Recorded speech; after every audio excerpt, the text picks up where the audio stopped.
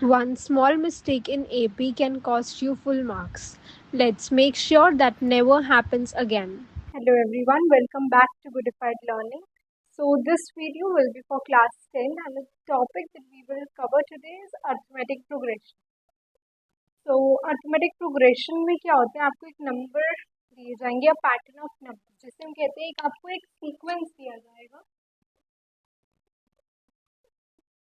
ठीक है, सीक्वेंस क्या होता है? सीक्वेंस एक पैटर्न ऑफ नंबर्स है जो एक क्रिएट किया जाता है या तो कुछ एक सर्टेन लॉ के पर्सपेक्टिव से या फिर कह सकते हैं एक रूल के पर्सपेक्टिव से, जैसे कि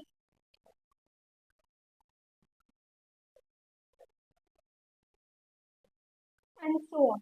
अब यहाँ पर एक सीरीज ऑफ एक नंबर्स क्रिएट किया गया, एक पैटर्न क्रिएट किया गया जिसमें हमने क्या किया है, हमने टू ऐड किया। टू ऐड करते करते हमें नेक्स्ट नंबर मिलता गया और इसको हम कहीं तक भी लेके जा सकते हैं। ठीक है, there is no end to it. ऐसे ही अगर हम एक और प्रोग्रेशन एक सीक्वेंस क्रिएट करें,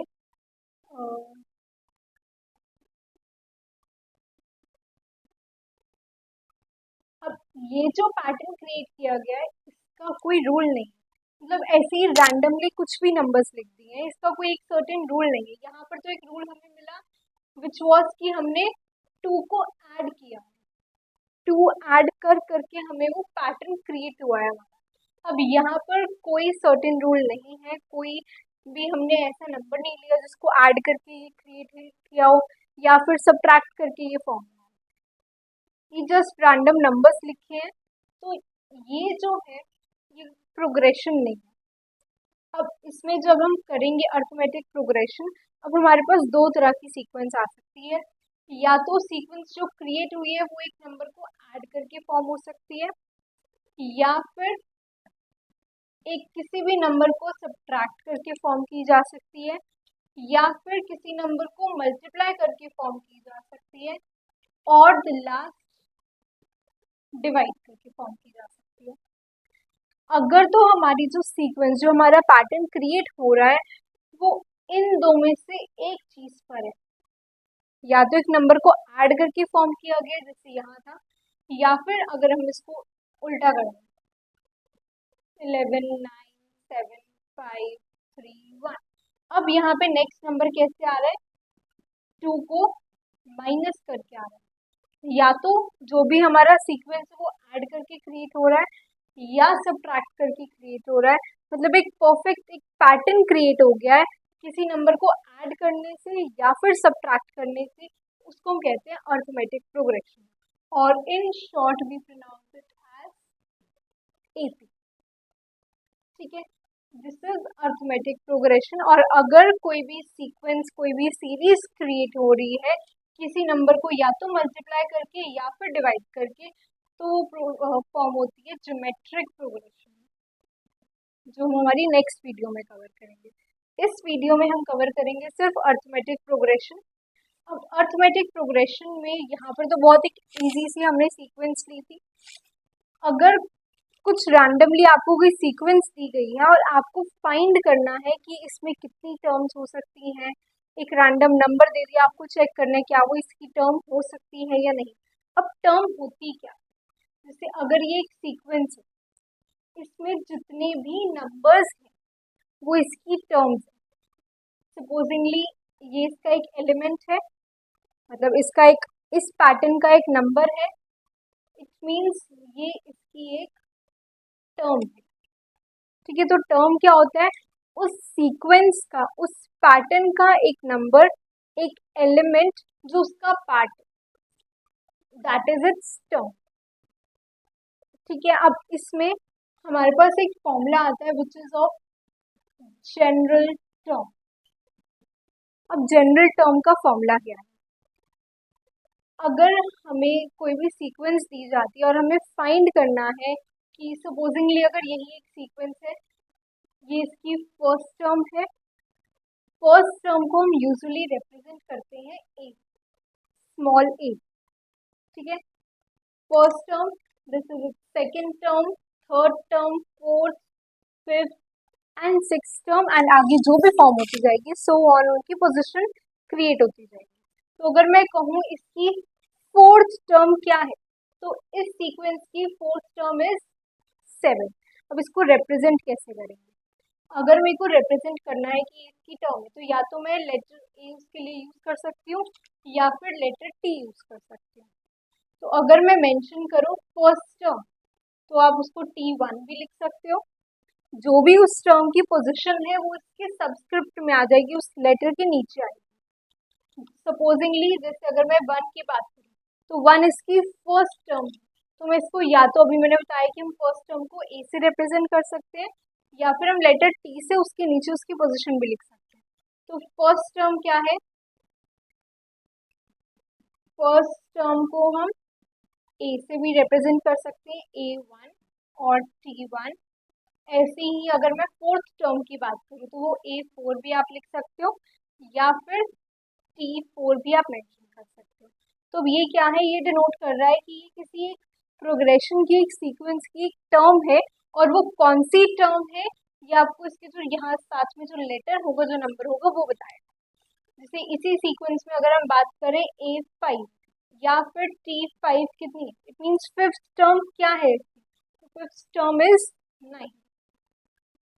ठीक है, अब यहाँ पर तो मैंने 6 टर्म्स लिखी हुई है, तो हम इजीली बता सकते हैं कि हाँ फिफ्थ टर्म ये है, सिक्स टर्म ये है, सेकंड टर्म ये है।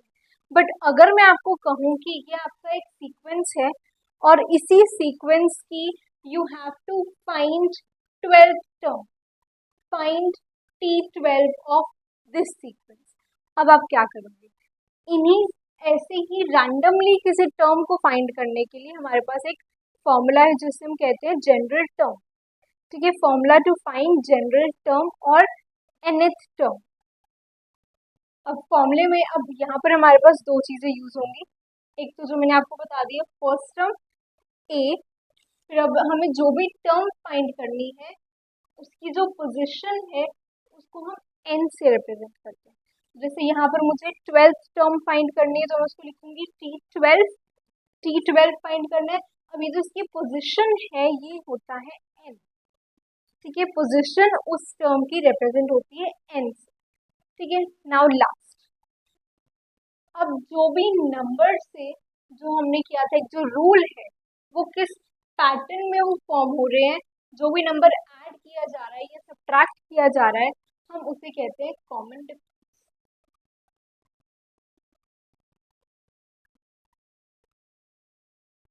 ठीक है, अब मैं ये आपको एक एग्जांपल लेके समझाती हूँ। Let's just move on to an example ताकि आपको ये सब थोड़ा और समझ आ सके। तो इस एग्जांपल से समझते हैं, हमें एक एपी दिया हुआ है 3, 10, 17, 24 एंड सो ऑन। अगर तो ये यहाँ पर एंड हो जाता है तो हम इसे कहते हैं फाइनाइट सीक्वेंस। ठीक है, जिसका एक एंड है, जिसकी हमें लास्ट टर्म पता है, उसकी लास्ट टर्म क्या है। और अगर ऐसी डॉट्स आ जाती है and it goes so on, तो that is an infinite sequence जिसकी अभी हमें लास्ट टर्म नहीं पता, और इसकी लास्ट टर्म आप निकाल भी नहीं पाओगे बिकॉज ये इनफाइनाइट है, यू डोंट नो कि इसका एंड कहाँ है। ठीक है ना, हमें इस एपी की 16th टर्म फाइंड करनी है। अब 16th टर्म को हम कैसे रिप्रेजेंट कर सकते हैं? या तो आप लिख सकते हो you have to find A16 या फिर आप लिख सकते हो you have to find term 16 letter T। अब फर्स्ट टर्म को हम किससे रिप्रेजेंट करते हैं? A से। First term 3 equal to A। अब हम इसका कॉमन डिफरेंस फाइंड करेंगे। कॉमन डिफरेंस क्या है? वो नंबर जिसको या तो ऐड करने पे ये सीक्वेंस क्रिएट की गई है या फिर सब्ट्रैक्ट करने पे। अब यहाँ पर नंबर्स इंक्रीज हो रहे हैं, इट मीन्स श्योरली एक नंबर ऐड किया गया है। अब वो हम नंबर कैसे फाइंड कर सकते हैं? इसका फॉर्मूला होता है Tn माइनस Tn-1। मतलब आप कोई भी नेक्स्ट टर्म लो, फर्स्ट टर्म को छोड़ के कोई और टर्म लो, उससे उसकी प्रीवियस टर्म को माइनस कर दो।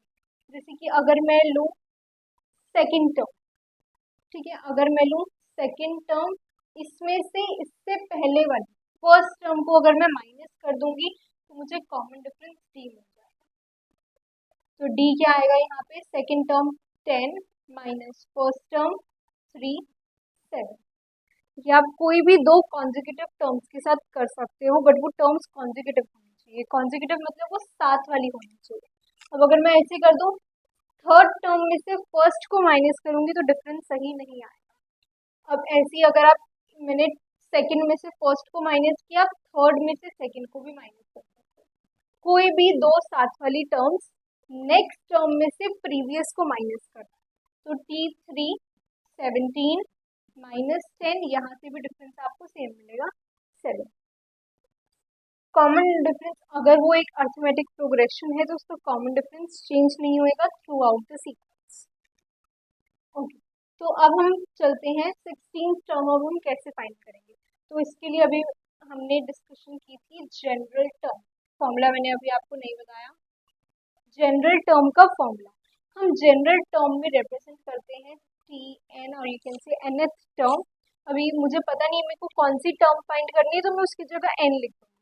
तो फॉर्मूला क्या है, फर्स्ट टर्म प्लस जो भी आपको फाइंड करनी है उसमें से एक माइनस करोगे और उसको कॉमन डिफरेंस से मल्टीप्लाई करेंगे। तो formula to find general term और nth term is Tn is equal to a मतलब फर्स्ट टर्म प्लस n-1 का मतलब जो भी आप टर्म फाइंड कर रहे हो। अब यहाँ पर हमने 16 टर्म फाइंड करनी है, तो इससे 1 माइनस करेंगे 15, उसको कॉमन डिफरेंस से मल्टीप्लाई करेंगे। ठीक है, ओके। अब हम फाइंड करते हैं 16 टर्म, तो T16 n की जगह पर 16, क्योंकि हमने 16 टर्म फाइंड करनी है। Then T16 equal to a क्या है हमारा, फर्स्ट टर्म 3 प्लस n क्या है 16, क्योंकि मैं 16 टर्म फाइंड कर रही हूँ, तो 16 -1 इंटू कॉमन डिफरेंस 7। ठीक है, अब इसको आप सॉल्व कर लो, तो T16 is equal to 3 plus 16 -1 15 into 7, so 3 plus 105 gives you 108. So this is your answer. It means आपकी 16 टर्म की वैल्यू कितनी आई, 108। A16 और T16 कुछ भी आप मेंशन कर सकते हो। ठीक है, तो अभी AP में हमें जो जो समझना था वो क्या था, फर्स्ट टर्म क्या है A, first term, then common difference D, जो हम कैसे फाइंड करेंगे, किसी भी दो कॉन्जुगेटिव टर्म्स को आप लोगे, नेक्स्ट में से प्रीवियस टर्म को हम माइनस करेंगे। देन उसके बाद general term, formula to find any term of that AP। आपको जौन सी भी टर्म चाहिए आप इस फॉर्मूला से फाइंड कर सकते हैं। ठीक है, अब कुछ क्वेश्चंस ट्राई करते हैं सो दैट आपको कॉन्सेप्ट थोड़ा और क्लियर हो जाए। First question, which of the following sequences are in AP। तो जब भी आपको चेक करना है कुछ AP में है या नहीं, आप कॉमन डिफरेंस से चेक करोगे। अगर तो कॉमन डिफरेंस सभी नंबर्स का सेम है तो वो AP में है, अगर सभी नंबर का कॉमन डिफरेंस सेम नहीं है तो वो AP में नहीं होगा। फर्स्ट सीरीज चेक करते हैं, 2, 6, 10, 14 एंड सो ऑन। तो कॉमन डिफरेंस कैसे निकालेंगे, second term minus first term, 6 - 2 4। अभी हमने सेकेंड में से फर्स्ट को माइनस किया, अब थर्ड में से सेकेंड को भी माइनस करेंगे, क्योंकि हमें सबका चेक करना है कॉमन डिफरेंस सेम है या नहीं। Third term minus second term, 10 - 6 4 again. इसमें से इसको माइनस करके चेक करेंगे, T4 - T3। हम साथ वाली टर्म्स में ही सब्ट्रैक्शन परफॉर्म करेंगे। 14 - 10 4, सबका कॉमन डिफरेंस सेम आया, it means yes this is an AP। Second 5, 9, 12, 18 and so on. तो common difference second term minus first term, 9 - 5 4, इसका 4 आया। अब इसका चेक करो, third term minus second term which is 12 - 9 3, common difference change हो गया, तो इसका मतलब ये AP में नहीं है। सेकेंड क्वेश्चन, आपको फर्स्ट 5 टर्म्स निकालनी है। आपको फर्स्ट टर्म गिवन है 10 और D गिवन है 7। तो अगर तो ऐसे निकालनी होती कॉन्जिक्यूटिवली, मतलब स्टार्टिंग से 5 टर्म्स निकालनी है, A1, A2, A3, A4 and A5, 7 वाली टर्म्स निकालनी है।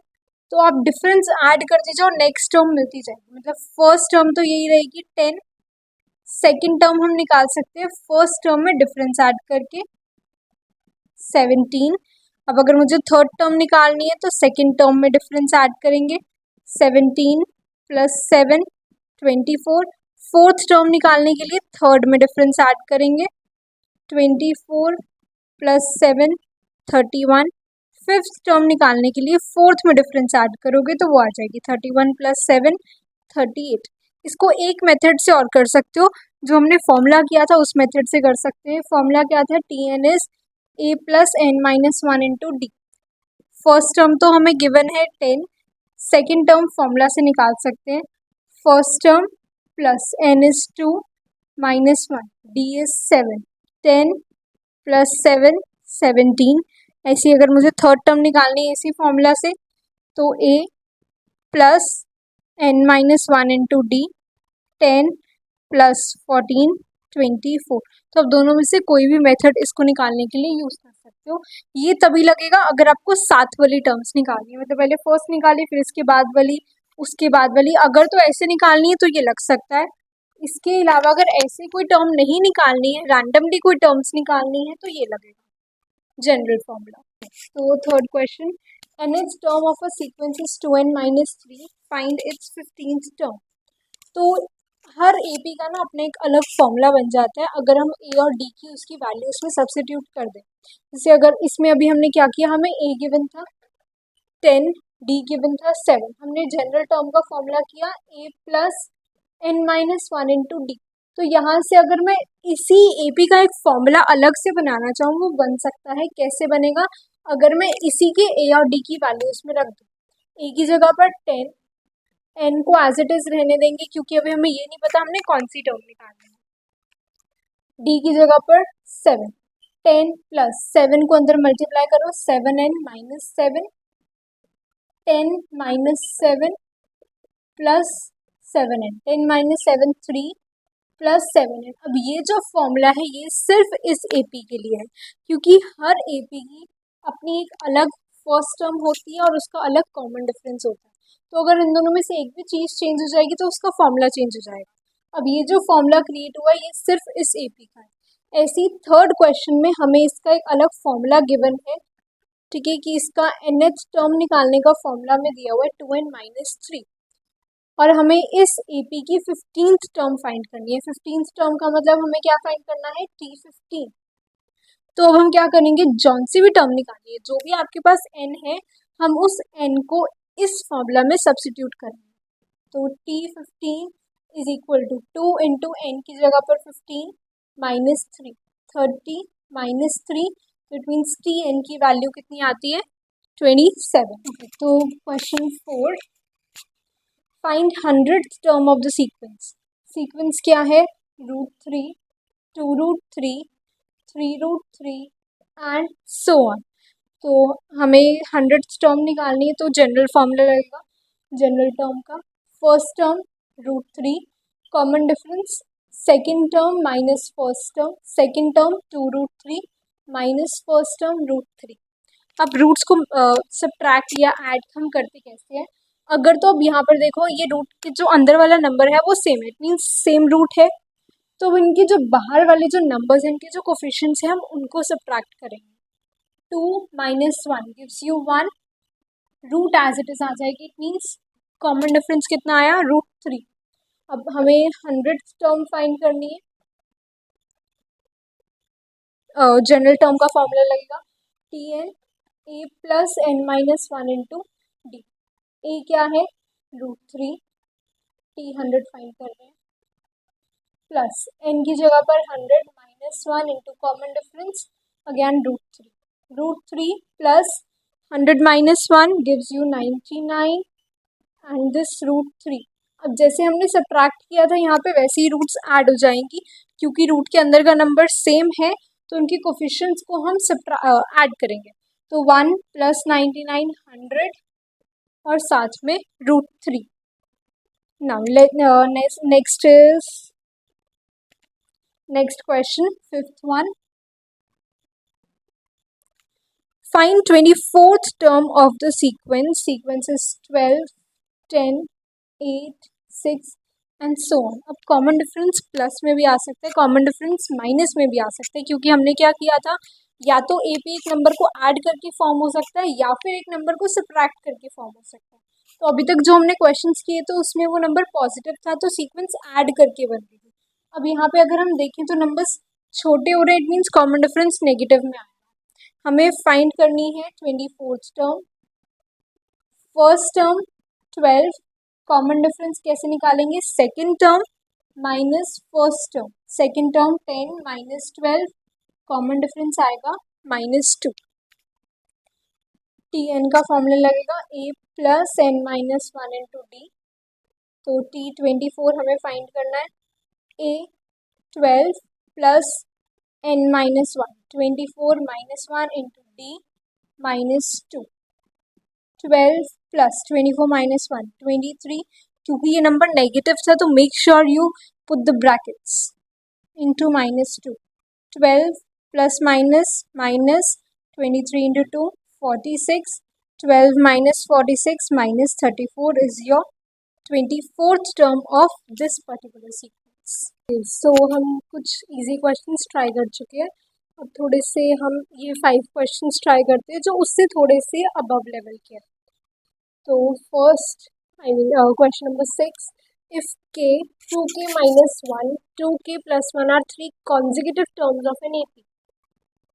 कॉन्जिक्यूटिव का मतलब कोई भी 3 साथ वाली टर्म्स, जैसे वो हो सकता है T1 T2 और T3, first term second term third term भी हो सकती है, third term fourth term fifth term भी हो सकती है। मतलब कोई भी एक सीरीज में से साथ वाली 3 टर्म्स हमने ले ली है और वो हमें गिवन है कि सपोजिंगली हम ले लेते हैं फर्स्ट टर्म k है, सेकेंड टर्म 2k माइनस 1 है और थर्ड टर्म जो है वो 2k प्लस 1।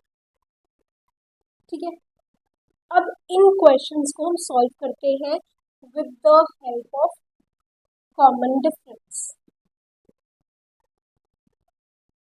ठीक है, कॉमन डिफरेंस से कैसे, अगर मैं इसमें से इस टर्म को माइनस करूँ, सेकंड में से फर्स्ट को माइनस करते तो कॉमन डिफरेंस मिलता है, अगर मैं थर्ड में से सेकंड को माइनस करूँ तब भी मुझे कॉमन डिफरेंस मिलेगा और कॉमन डिफरेंस की वैल्यू इक्वल रहेगी क्योंकि वो एपी है।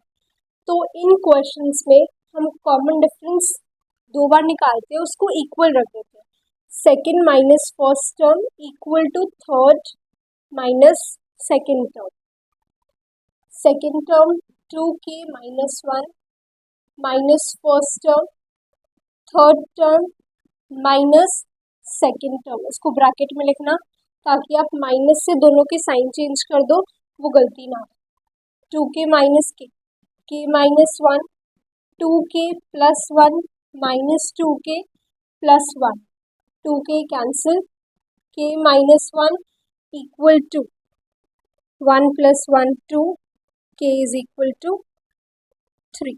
सो k की वैल्यू कितनी आई है 3। अगर कोई भी ऐसा क्वेश्चन आ रहा है जिसमें आपको 3 कॉन्जिक्यूटिव टर्म्स दी हुई है और एक मिसिंग वेरिएबल दिया हुआ है तो उन क्वेश्चंस में हम हमेशा कॉमन डिफरेंस की हेल्प से उनको सॉल्व करेंगे। 7th question, which term of AP लिख लेते हैं हम पहले, 5 13 21 एंड सो ऑन इज 181। वो पूछ रहा है कि इस एपी की ये कौन सी टर्म है, कौन सी टर्म मीन्स मुझे इसका एन फाइंड करना है, मुझे टी एन की वैल्यू ऑलरेडी गिवन है और मुझे फाइंड क्या करना है एन। जब भी आपसे पूछ रहा है which term how many terms, it means हमें एन फाइंड करना है। सो अब इस एपी से हम क्या क्या लिख सकते हैं, first term is 5, common difference ये फर्स्ट टर्म ये second term, so second term minus first term 13 minus 5 8 आ गया कॉमन डिफरेंस। अब मुझे चेक करना है कि ये इसकी कौन सी टर्म है, चेक कैसे करेंगे, टर्म का फॉर्मूला लगाएंगे a plus N minus 1 into d, जिस चीज़ की वैल्यू है वो उसके नीचे सब्सिट्यूट कर दो। टी एन की वैल्यू है हमारे पास यहाँ पे, टी एन की वैल्यू, a की value, n we have to find, d 8। पहले इसको ले जाते हैं, माइनस कर दो, फिर उसके बाद इस ब्रैकेट को भी सॉल्व मत करना क्योंकि एन फाइंड करना है, बाद में इसको सॉल्व करने के बाद ये डिवाइड हो जाएगा। सो इसको सॉल्व करने की ब्रैकेट को भी नीड नहीं है। अभी हम क्या करेंगे, 181 minus 5, so 176 equal to n minus 1 into 8। अब इस 8 को डिवाइड कर दो, 176 upon 8 equal to n minus 1, so 22 is equal to n minus 1, n is equal to 22 plus 1 23। इसका मतलब इस सीक्वेंस की अगर हम 23rd टर्म फाइंड करेंगे तो वो हमें क्या मिलेगी, 181। तो अगर AP है 5, 13, 21 एंड सो ऑन, तो उसकी 23rd टर्म हो जाएगी 181। ठीक है। अब क्योंकि यहाँ पे जो कंफ्यूजन होती है वो होती है कि जो हमें ये चीज़ गिवन है ये टर्म है या फिर n है। तो अगर तो वो कह रहा है find 181 term, it means n है। उसने पूछा विच टर्म इज 181, इसको स्किप कर दो और फिर इसको रीड करो, विच टर्म इज 181, 181 कौन सी टर्म है। इट मीन्स वो n हमें पूछ रहा है n है क्या, तो ये गिवन क्या होगा, Tn। विच टर्म मीन्स n तो फाइंड करना ही है। ठीक है। Question number 8, is 402 a term of the sequence, sequence लिख लेते हैं पहले, 8, 13, 18 एंड सो ऑन। तो यहाँ से हम क्या पता कर सकते हैं, first term 8 common difference, second term minus first term 13 minus 8 5। अब चेक करना है क्या ये इसकी टर्म है या नहीं है। अब इन दोनों क्वेश्चंस में डिफरेंस क्या है, यहाँ हमें पता था कि हाँ 181 इसकी एक टर्म है, पर वो कौन सी पोजीशन पे टर्म आ रही है ये हमें नहीं पता था।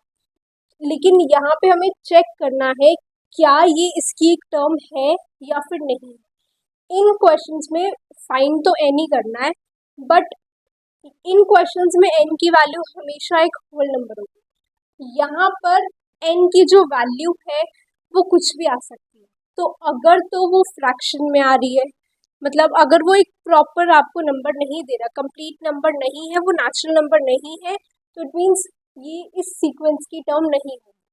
तो अगर आपकी n की वैल्यू एक कंप्लीट नंबर आ रहा है, एक नेचुरल नंबर आ रहा है, तो इट मीन्स ये टर्म है इस सीक्वेंस की, अदरवाइज नहीं।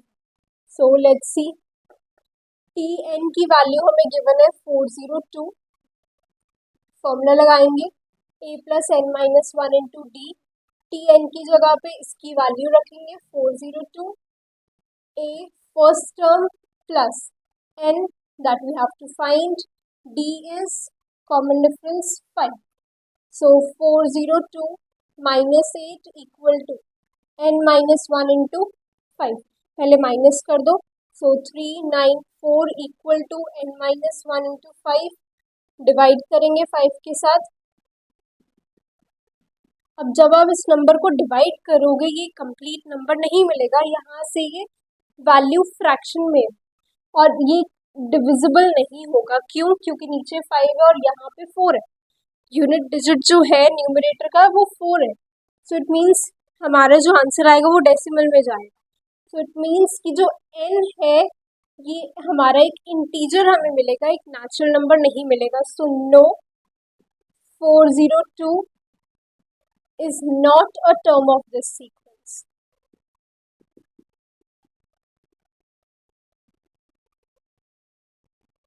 So question number 9, how many terms are there in this series? How many terms means find तो n करना है, कितनी terms है। So 9, सीरीज क्या है, 4, 7, 10, 13 up to 148। How many terms में ना वो टोटल टर्म्स पूछता है, तो टोटल टर्म्स हम तब तक नहीं निकाल सकते जब तक हमें लास्ट टर्म नहीं पता।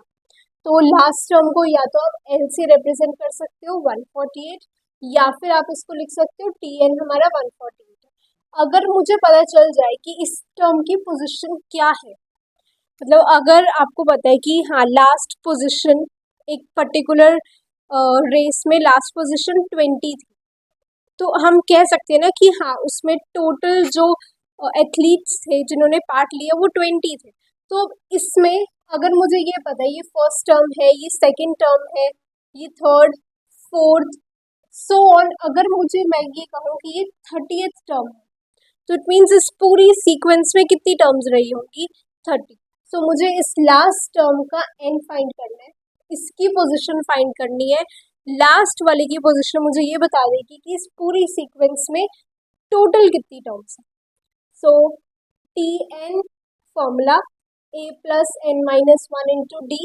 टी एन की value 148, A 4, N we have to find, D D यहाँ से लिख लो, second term minus first term 3, 148, पहले इसको इधर ले आओ, -4 equal to N minus one into 3, minus कर दो इन दोनों को, 144 equal to N minus one into 3। अब 3 को डिवाइड कर दो,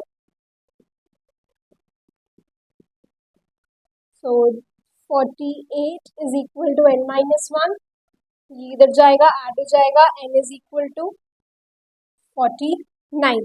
सो इस पूरी सीक्वेंस में टोटल 49 टर्म्स है और लास्ट टर्म जो 49 है वो है 148। सो 10th question, which term of the AP, AP लिख लेते हैं हम पहले, 1, 4, 7, 10 and so on is 52। So question number 10 and question number 7 जो अभी हमने किया था दोनों सेम है, बस सिर्फ वैल्यूज चेंज हुई है, बाकी एवरीथिंग इज सेम, आपको सेम चीज ही फाइंड करनी है। तो हमने यहाँ पे क्या फाइंड किया था? N, which term means n find करना है, यहाँ पे भी which term, you have to find n. तो अब क्या करेंगे इसमें, हमें टर्म की वैल्यू गिवन है 52, इसका मतलब मुझे एक टर्म दे दी, टी एन हो जाएगा 52, मुझे इसका एन फाइंड करना है। सो फॉर्मूला लगाएंगे, A plus N minus one into D. A क्या है? 1, common difference D, second term minus first term, D कितना आएगा? 4 माइनस 1 3। टी एन की जगह पे इसकी value A first term N minus one into common difference 3, 52, 1 minus होगा, N minus one into 3, 51 equal to N minus one into 3, 51 upon 3 equal to N minus one, 17 is equal to n minus 1, n is 18। सो ये जो है इस particular AP की 18th term. तो कुछ easy questions हम try कर चुके हैं, हम थोड़े से डिफिकल्ट क्वेश्चंस ट्राई करते हैं। 11, विच टर्म ऑफ एपी, पहले एपी लिख लेते हैं, 3, 10, 17 एंड सो ऑन। तो एपी तो हमें पता है, एपी से हम लिख सकते हैं कि फर्स्ट टर्म क्या है? 3, कॉमन डिफरेंस हम फाइंड कर सकते हैं सेकेंड टर्म में से फर्स्ट टर्म को माइनस करके, सो 10 minus 3 7। Which term of AP, which term means हमें एन फाइंड करना है, which term of AP 3, 10, 17 will be 84 more than 13th term. इस एपी की कौन सी टर्म है जो 13th टर्म से 84 ज्यादा है? It means which term means t n find करना है, is 84 more than 13th term. तो पहले T13 निकाल लेते हैं। So T13 will be, formula लगाओगे जनरल टर्म का, so T13 is equal to a first term 3 plus n जो टर्म फाइंड कर रहे हैं 13 minus 1 into common difference 7, 3 plus 12 into 7, 3 plus 84 gives 87। तो ये आ गई हमारी 13th टर्म। हमें फाइंड क्या करना है कि 13th टर्म में अगर मैं 84 ऐड कर दूँ तो कौन सी टर्म मिलेगी? सो 13th टर्म में अगर 84 ऐड कर दे तो टी एन मिल जाएगा 84 प्लस 87, सो टी एन आ गया 171। अब मुझे ये चेक करना है कि ये जो 171 है ये इस एपी की कौन सी टर्म है, किस पोजीशन पे आने वाली है। सो टी एन की वैल्यू है हमारे पास, हमें एन फाइंड करना है, A plus N minus one into D is 171, A की वैल्यू 3 एन हमें फाइंड करना है, डी इज 7 इक्वल टू 171। पहले माइनस कर देते हैं, n minus 1 into 7 equal to 171 minus 3, n minus 1 into 7 is equal to 168। अब 7 को डिवाइड कर दो, n minus 1 168 by 7 24, n is equal to 24 plus 1 25। So ये जो वैल्यू आई 171, ये इस एपी की 25th टर्म है। इट मीन्स इस एपी में अगर आप T25 को फाइंड करोगे तो वो कितना आएगा, 171, which is 84 more than 13th term. Next question number 12 करते हैं। Sum of second term and seventh term of an AP is 30। अभी हमने एक ही स्टेटमेंट रीड किए, इसको हम अपने वर्ड्स में एक बार लिख लेते हैं। सिंबॉलिकली हम इसको कैसे रिप्रेजेंट करेंगे, सम ऑफ सेकेंड टर्म और seventh term. 12 second term means T2 और T7 सेवेंथ टर्म, इन दोनों का सम हमें गिवन है 30। ठीक है, जो भी आपको स्टेटमेंट गिवन हो ना, आप उसको अपने टर्म्स में सिंबॉलिकली उसको रिप्रेजेंट कर दो, सो दैट आपको पता चल जाएगा आप क्वेश्चन में करना क्या है। तो जहाँ पर भी आप टी लिख रहे हो ना, टी की जगह पे फॉर्मूला अप्लाई करना, जो वैल्यू गिवन है वो पुट कर दो, जो नहीं गिवन है let it be as it is. तो T2 हम जनरल टर्म का ही फॉर्मूला यूज करने वाले हैं। जनरल टर्म का फॉर्मूला क्या है, Tn equal to A plus N minus 1 into D. So A हमारे पास है नहीं, एन क्या हो जाएगा, जो भी टर्म हम फाइंड कर रहे हैं। सो यहाँ पर 2 है, 2 माइनस 1 इंटू डी प्लस, ये फॉर्मूला अभी सेकेंड टर्म पे लगाया है, अब सेवेंथ टर्म पे भी लगा दो, A plus 7 minus 1 into D equal to 30। A plus D plus A plus 7 minus 1 6 into D, A plus A 2a plus 7d is equal to 30। ये आपके फर्स्ट इक्वेशन बन गई। नाउ इसके आगे क्या है, इफ इट्स 15th टर्म, इसी AP की, जिस एपी को हम फाइंड करने वाले हैं, इसी एपी की जो 15th टर्म है, इट मीन्स T15 जो है, is 1 less than twice its 8th term. इसकी वैल्यू अगर मैं 8th टर्म का ट्वाइस करूं तो ये इससे एक कम है, तो या तो इसमें 1 माइनस कर दो तब भी इक्वल हो जाएगा, या फिर इस 1 को इधर ऐड कर सकते हो तब भी इक्वल हो जाएगा। सो जैसे आपको करना है वैसे कर सकते हो। अब जहाँ पर भी t है उसकी जगह पे हम फॉर्मूला अप्लाई कर देंगे। तो T15 की जगह पर a प्लस एन माइनस 1 करोगे तो 14d equal to 2 into T8 की जगह पर a plus 7d minus 1, bracket open कर देते हैं, a plus 14d equal to 2a plus 14d minus 1, ये तो इससे मल्टीप्लाई नहीं होगा क्योंकि ये ब्रैकेट से बाहर।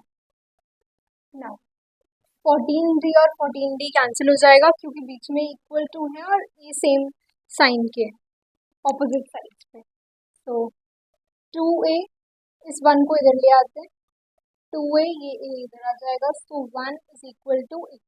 फर्स्ट टर्म आ गई 8, कॉमन डिफरेंस अब हमें फाइंड करना पड़ेगा सो दैट हम एपी फॉर्म कर पाए। तो फर्स्ट टर्म, अब इसकी वैल्यू अगर मैं फर्स्ट इक्वेशन में सब्स्टिट्यूट कर दूं तो मुझे डी की वैल्यू मिल जाएगी। सो सब्स्टिट्यूटिंग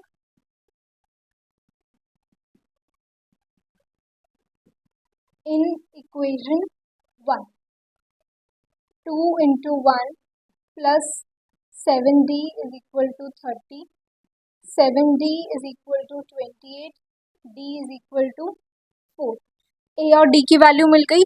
अब एपी फॉर्म करने के लिए आप एपी के फर्स्ट 3 टर्म्स लिख दोगे, आगे डैश डाल दोगे तो वो एपी फॉर्म हो जाएगा। तो हमें फर्स्ट टर्म तो पता है 1, सेकेंड टर्म कैसे आएगी, अगर मैं इसमें कॉमन डिफरेंस को ऐड कर दूँ, 1 plus 4 5, again plus 4 9 and so on, this is are AP.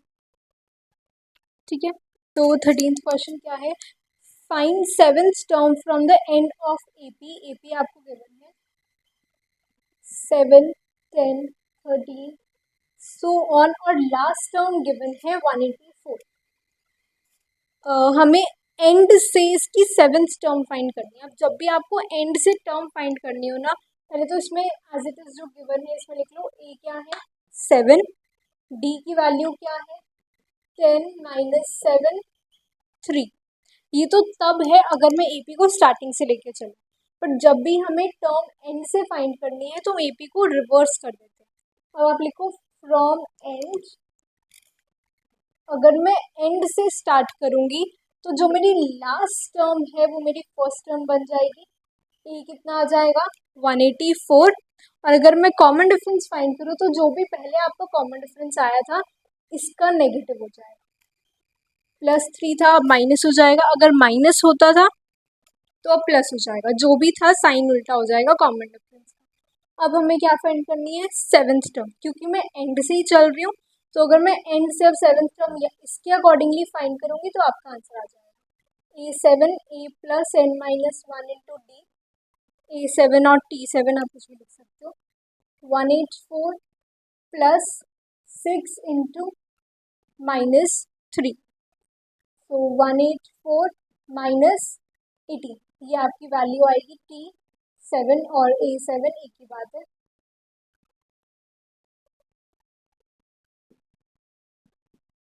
So 166 is your answer। ये आपकी सेवेंथ टर्म है इस एपी की फ्रॉम द एंड। अगर आप एंड से चलोगे तो सेवेंथ टर्म आएगी 166।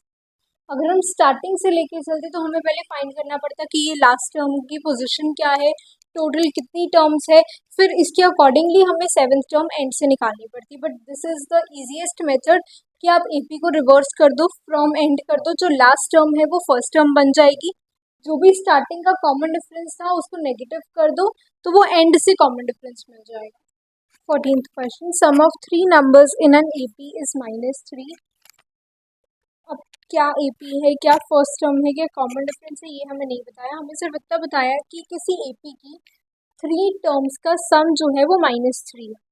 अब यहाँ पर जो 3 टर्म्स की बात की जा रही है ना वो कॉन्जिक्यूटिव 3 टर्म्स होंगी। कॉन्जिक्यूटिव का मतलब कि वो साथ वाली 3 टर्म्स होंगी, फर्स्ट सेकंड थर्ड, या फिर थर्ड फोर्थ फिफ्थ, मतलब वो कोई भी रैंडम एपी में से कोई भी 3 टर्म्स जो साथ वाली 3 टर्म्स है उनका सम हमें दिया हुआ है -3, और उन्हीं 3 टर्म्स का प्रोडक्ट हमें गिवन है 8। इन क्वेश्चंस में हम टर्म्स को अपने अकॉर्डिंगली लेट करते हैं। अब अगर हमें लेट करना है, अगर आपको 3 टर्म्स लेट करनी है इजीली लेट करने के लिए, सेंटर वाली को आप ए ले लो। इससे नेक्स्ट टर्म कैसे आएगी अगर हम इसमें कॉमन डिफरेंस को ऐड कर देंगे, और इससे एक पहले वाली टर्म ले लो, इससे पहले वाली कैसे आएगी अगर हम इसमें से कॉमन डिफरेंस को सब्ट्रैक्ट कर देंगे। अब हम लेट ऐसे करते हैं कि तीनों टर्म्स का जो कॉमन डिफरेंस है वो सेम रहे। अगर कॉमन डिफरेंस सेम नहीं रहेगा तो वो एपी में नहीं आएंगे। तो आप लेट ऐसे करना कि उनका कॉमन डिफरेंस सेम रहे। हम लेट ये भी कर सकते थे ए प्लस डी, और इसमें अगर आप डी ऐड कर दोगे तो A+2D बन जाएगा। ठीक है, ये भी 3 टर्म्स ऐसे हैं जिनका कॉमन डिफरेंस सेम है, पर हम ये इसलिए लेट करते हैं सो दैट हमारी कैलकुलेशन थोड़ी सी इजी हो जाए। आंसर आपको दोनों से मिलेगा बट कैलकुलेशन इजी इस मेथड से रहती है, तो इसलिए हम ये वाला मेथड ऑप्ट करते हैं। अगर आपको 3 टर्म्स लेट करनी है तो आप ये लेट कर सकते हो। अगर आपको 5 टर्म्स लेट करनी है तो इससे एक पहले वाली टर्म A-2D, ये 3 सेम टर्म्स, और इसके एक बाद वाली टर्म A+2D लेट कर सकते हो।